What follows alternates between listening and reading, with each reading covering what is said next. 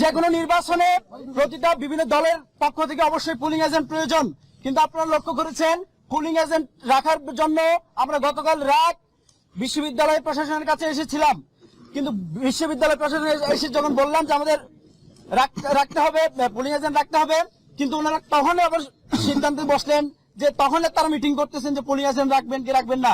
এটা আসলে অনেক আগেই করা দরকার ছিল, কিন্তু বিশ্ববিদ্যালয় প্রশাসন সেটা করেননি।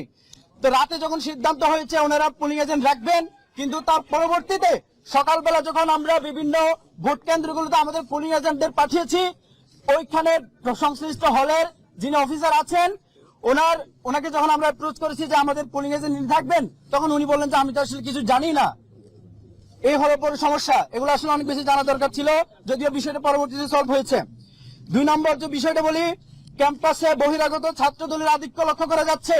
বিশ্ববিদ্যালয় প্রশাসন গতকাল বলেছিলেন আজকে সকাল 6টা থেকে বিশ্ববিদ্যালয় প্রাঙ্গণে কোনো সাবেক শিক্ষার্থী থাকতে পারবেন না, কিন্তু আপনারা লক্ষ্য করেছেন ক্যাম্পাসের বিভিন্ন পয়েন্টে এবং হলগুলোতে ছাত্র দলের আধিক্য লক্ষ্য করা গেছে, এবং তারা হচ্ছে সাবেক শিক্ষার্থী এবং তারা ভোটারদের বিভিন্নভাবে ম্যানিপুলেট করার ট্রাই করছে। আমরা বিশ্ববিদ্যালয়